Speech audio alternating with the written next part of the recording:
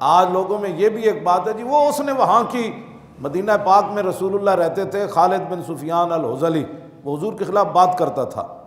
آج لوگوں میں یہ بھی ہے جی ہم کیا کر سکتے ہیں؟ تو میرے آقا و مولا نے یہ نہیں کہا کہ وہ 400 کلومیٹر دور میرے خلاف بات کرتا ہے، میں تو مدینے میں رہتا ہوں، میری عزت پر تو کوئی نہیں۔ تو عبداللہ بن انیس کو حضور نے تنہا روانہ فرمایا، فرمایا اس کو قتل کر کے آؤ، وہ میرے خلاف باتیں کرتا ہے۔ عرض کی حضور مجھے کیسے پتہ چلے گا کہ وہ خالد بن سفیان الحذلی ہے؟ آپ نے فرمایا جب تو اسے دیکھے گا تو تیرے جسم پر کپ کپی طاری ہو جائے گا۔ آج لوگوں میں یہ بھی بات ہے۔ میں نے کہا 400 کلومیٹر پر حضور نے خود بھیجا حضرت عبداللہ بن انیس کو، اور یہ بھی نہیں کہا کہ میں پیچھے گھوڑے بھیج رہا ہوں پھر اس کا لشکر ہے۔ تو فرماتے ہیں میں جب اس کے وہاں پہنچا تو میں نے جب اس بندے کو دیکھا جو حضور کے خلاف باتیں کرتا تھا تو میرے جسم پر کپ کپی طاری ہو گئی۔ تو میں نے کہا یہی بندہ ہے۔ کیوں جی؟ صلاۃ الطالب، اس کا عنوان ہی امام ابو داؤد نے یہ باندھا ہے، جو رسول اللہ کے دشمن کی طلب میں جا رہا ہو وہ نماز کا ٹائم آ جائے تو نماز کیسے پڑھے گا؟ صلاۃ الطالب، ہاں جی، ایک صلاۃ استسقاء ہے، ہاں جی، صلاۃ حاجت ہے، ہاں جی، اور ساری نماز۔ اس کا نام ہی ہمارے اماموں نے لکھا ہے کہ صلاۃ الطالب، کہ جو رسول اللہ کے دشمن کی طاق میں جا رہا ہو اور نماز کا ٹائم آ جائے اور ہو وہ دشمن کی طلب میں، وہ بھی گستاخ رسول کی طلب میں ہو، تو پھر وہ نماز کیسے پڑھے گا؟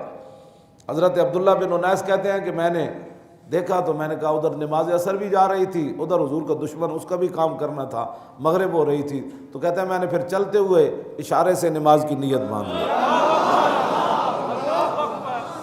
شوق تیرا اگر نہ ہو میری نماز کا امام، شوق تیرا اگر نہ ہو میری نماز کا امام، شوق تیرا اگر نہ ہو میری نماز کا امام، شوق تیرا اگر نہ ہو میری نماز کا امام۔ اس ویلے تصور کیتا ہونا آپ، ادھر حضور کا حکم بھی، ادھر حضور کے دشمن کا خیال بھی، اور ادھر اللہ کی نماز بھی۔ کیوں جی؟ کیسی لوگوں کی نمازیں ہیں جو حضور کا درود پڑھنے سے خلل ہو جاتے۔ میں کہا عبداللہ بن انیس تسی ادھر کیوں جی نماز پڑھی؟ اقبال کہتا چھڑ تینوں سمجھ نہیں، شوق تیرا اگر نہ ہو میری نماز کا امام، شوق تیرا اگر نہ ہو میری نماز کا امام۔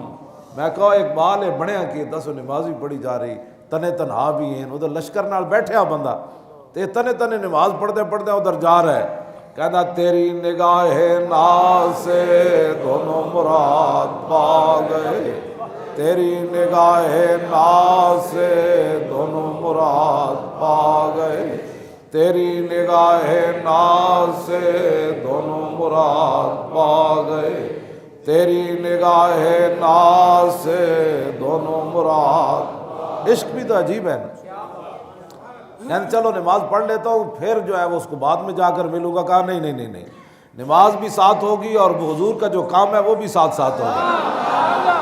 تیری نگاہ ناز سے دونوں مراد پا گئے، تیری نگاہ ناز سے دونوں مراد پا گئے۔